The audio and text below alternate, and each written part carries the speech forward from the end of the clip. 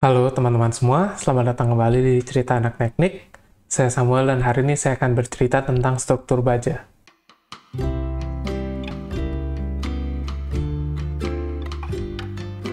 Struktur baja memiliki daftar cerita seperti berikut, dan pada hari ini saya akan membahas tentang elemen pelat tipis. Pertama saya masuk dulu ke dasar teorinya. Yang pertama, kita harus tahu tentang tahanan elemen pelat akibat adanya tekanan seragam. Jadi profil baja itu disusun oleh berbagai elemen-elemen pelat.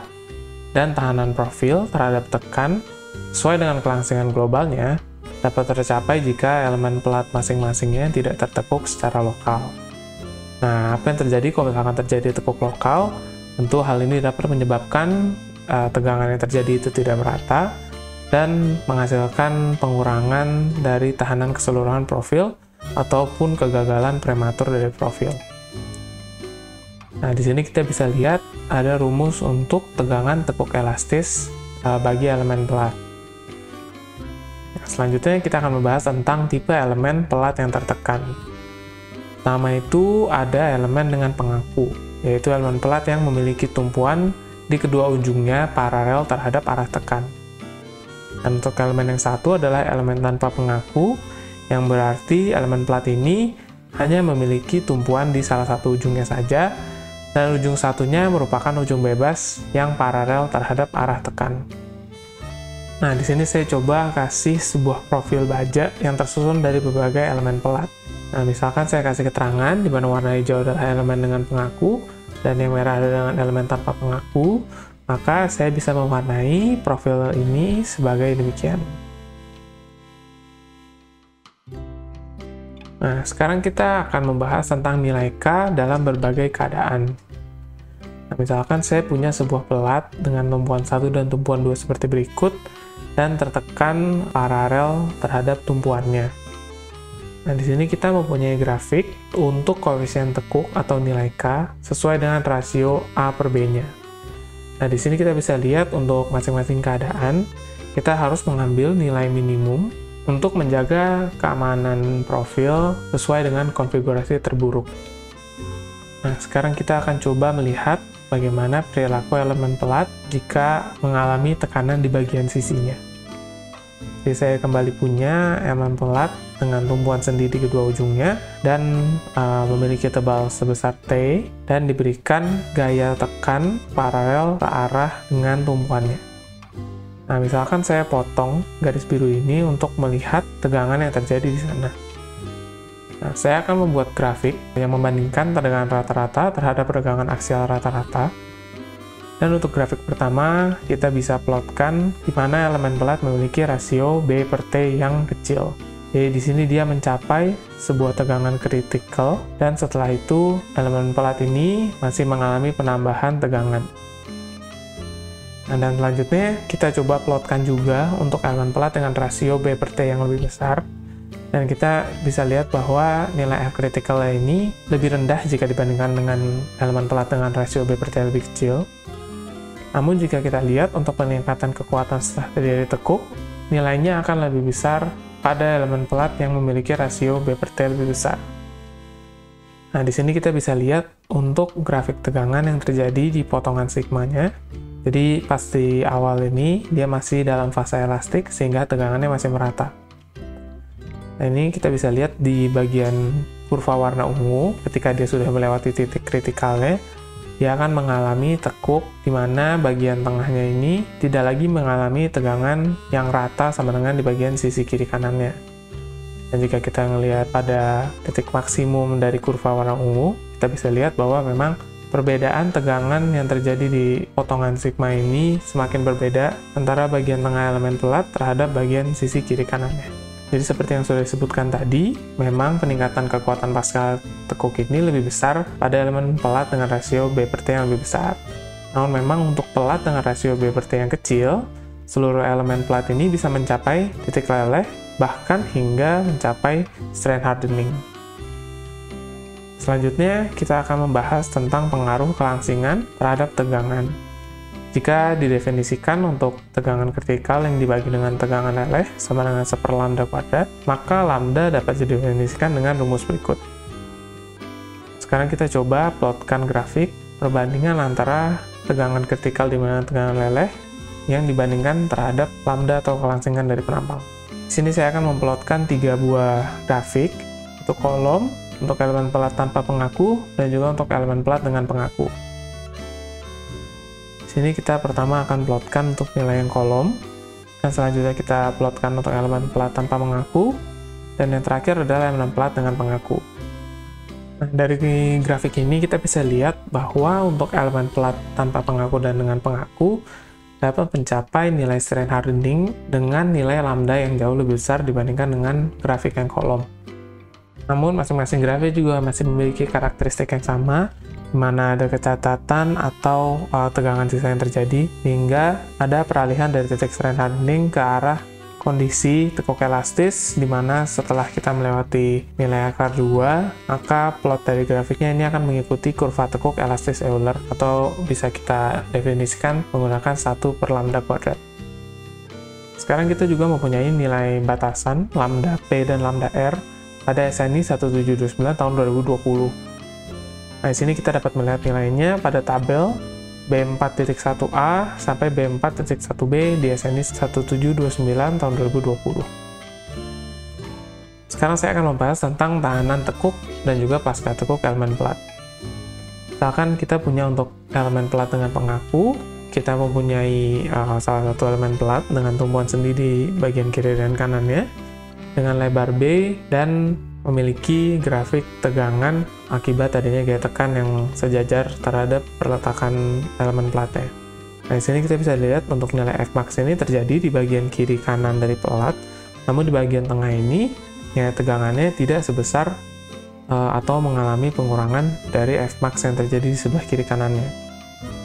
Nah, hal ini kita bisa simplifikasi, di mana di bagian tengah elemen pelat dengan pengaku menjadi daerah yang tidak efektif untuk memberikan kekuatan pasca tekuk.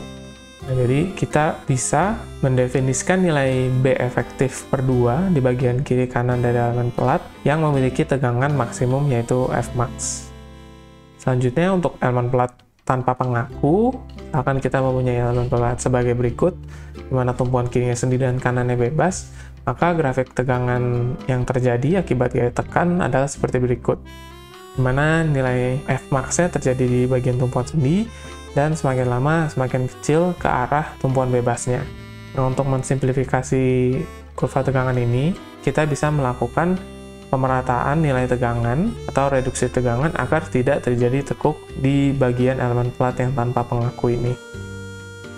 Nah, dari sini kita bisa mengambil kesimpulan, untuk elemen pelat dengan pengaku, berarti akan ada pengurangan luas profil yang bekerja dalam menahan tekan.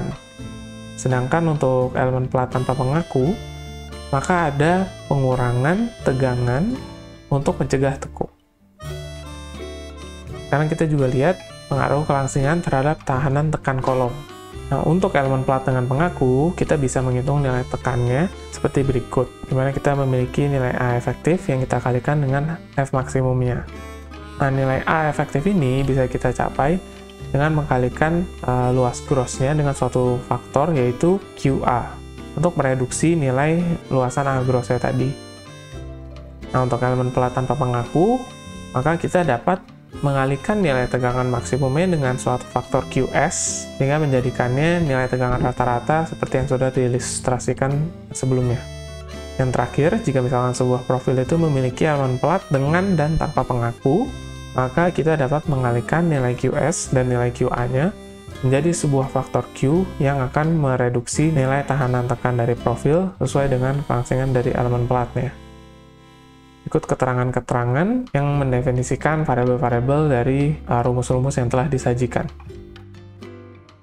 Nah, untuk penampang yang memiliki elemen langsing, kita dapat menghitung tahanan aksial tekan penampang menggunakan rumus berikut, di mana kita kembali mempunyai nilai omega, seperti yang sudah dibahas pada video struktur batang tekan.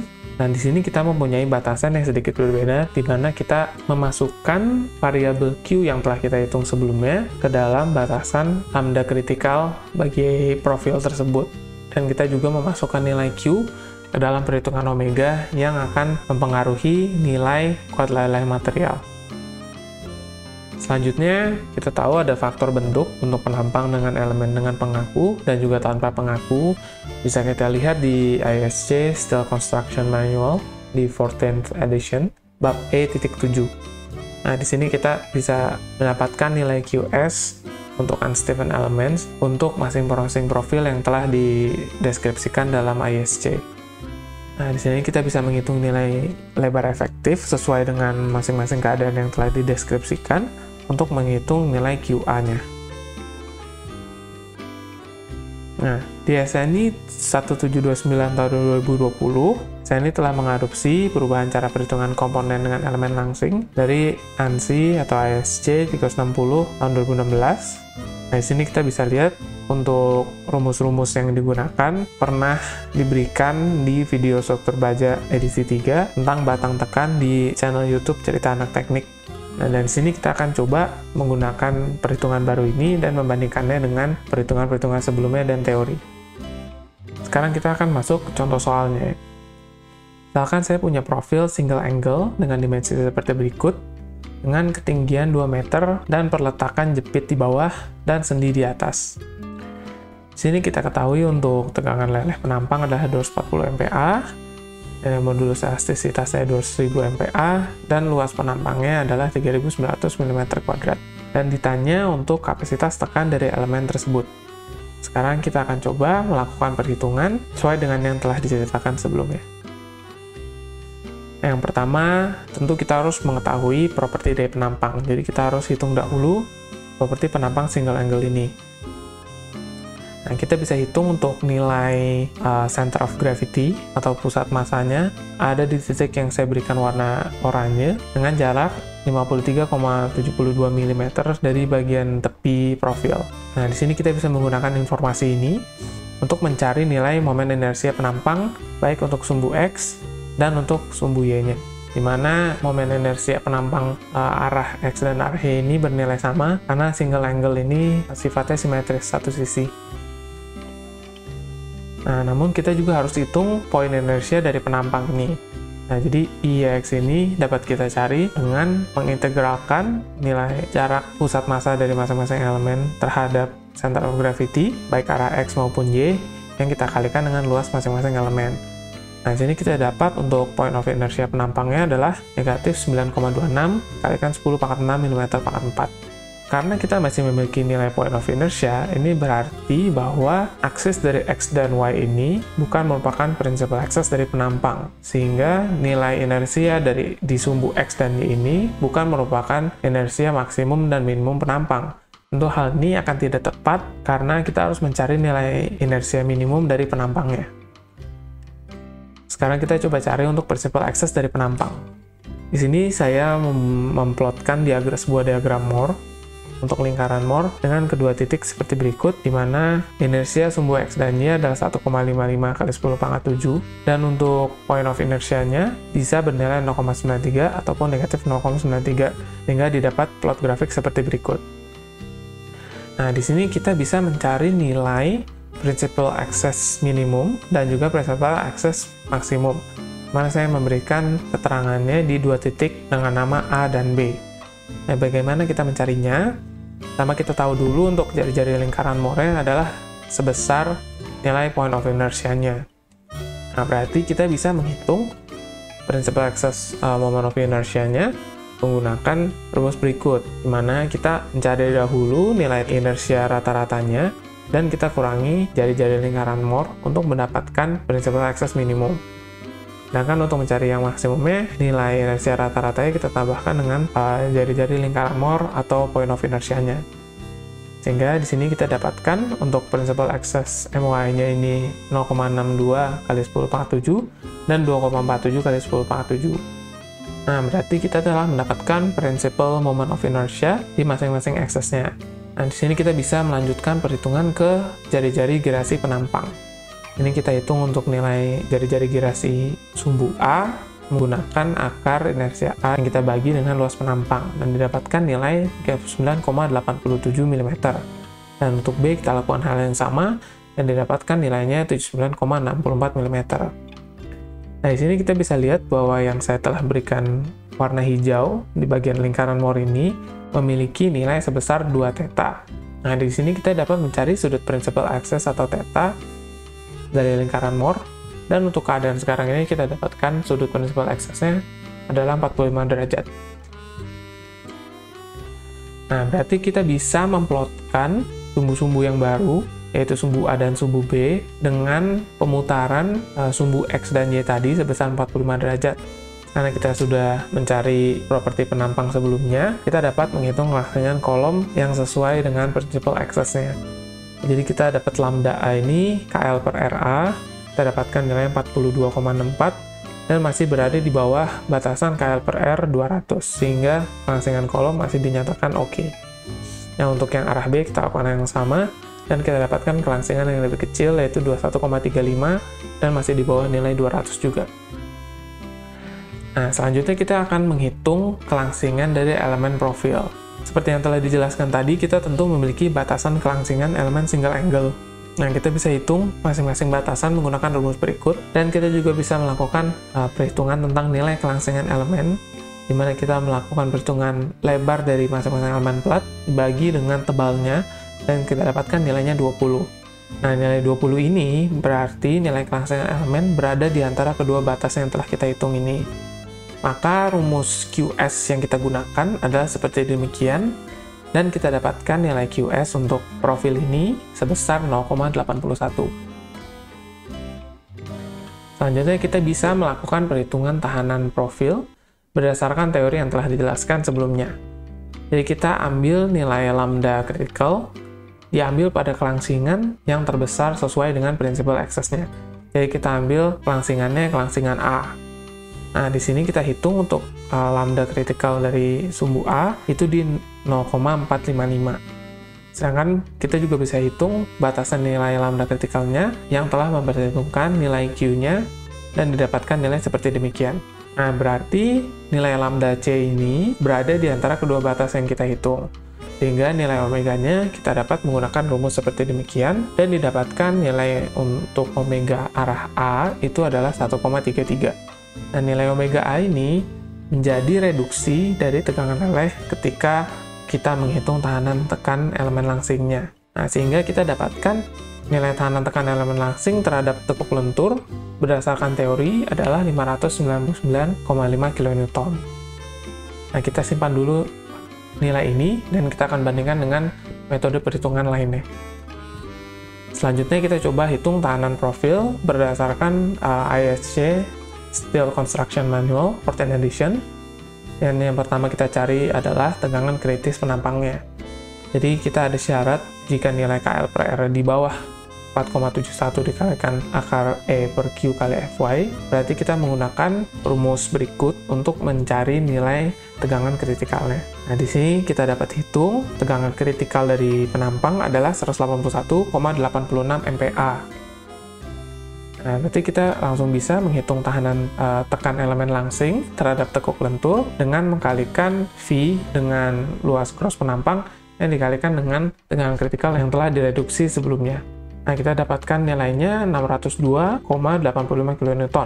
Jadi memang masih mendekati nilai perhitungan teori yang sebelumnya kita lakukan. Nah, yang terakhir kita coba hitung tahanan profil berdasarkan ANSI ISC 360 tahun 2016. Nah, di sini memiliki perhitungan sedikit berbeda, di mana untuk tegangan kritis penampang kita tidak lagi memasukkan faktor Q ke dalam perhitungannya. Jadi kita dapatkan nilai tegangan kritisnya adalah 220,09 MPa. Namun untuk perhitungan ini kita memperhitungkan nilai lebar efektif penampang. Jadi kita punya nilai BE dengan rumus demikian.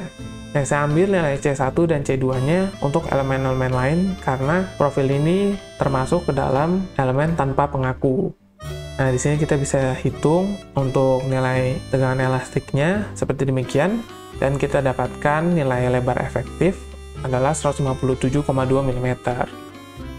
Nah, hal ini bisa selanjutnya kita masukkan ke dalam perhitungan, di mana di sini digunakan bukan lagi luas gross, melainkan luas efektifnya yang sudah kita perhitungkan menggunakan lebar efektif yang kita hitung sebelumnya. Dan untuk nilai tegangan kritisnya, kita juga pakai yang tidak memperhitungkan faktor Q dalam perhitungannya. Nah, di sini kita dapatkan nilainya 580 kN. Nah, jika kita melakukan perbandingan perhitungan tahanan tekan untuk elemen yang langsing terhadap tekuk lentur, kita dapatkan bahwa metode perhitungan baru di ANSI atau RICE C360 tahun 2016 yang juga diadopsi oleh SNI 1729 tahun 2020 memiliki nilai tahanan yang lebih kecil daripada teori maupun ESC Steel Construction Manual 14th Edition. Namun di sini kita bisa lihat bahwa nilai tahanan dari desain code terbaru ini memang tidak terlalu jauh dengan perhitungan teori ataupun code-code sebelumnya. Namun mungkin ada pertimbangan-pertimbangan lain atau generalisasi lain yang memang akan mengurangi nilai tahanan penampang. Nah, tentu karena peraturan ini sudah merupakan peraturan terbaru, kita juga harus mengikuti cara perhitungan peraturan terbaru ini. Dan kita pakai kapasitas tekan elemen untuk profil single angle ini adalah 580 kN.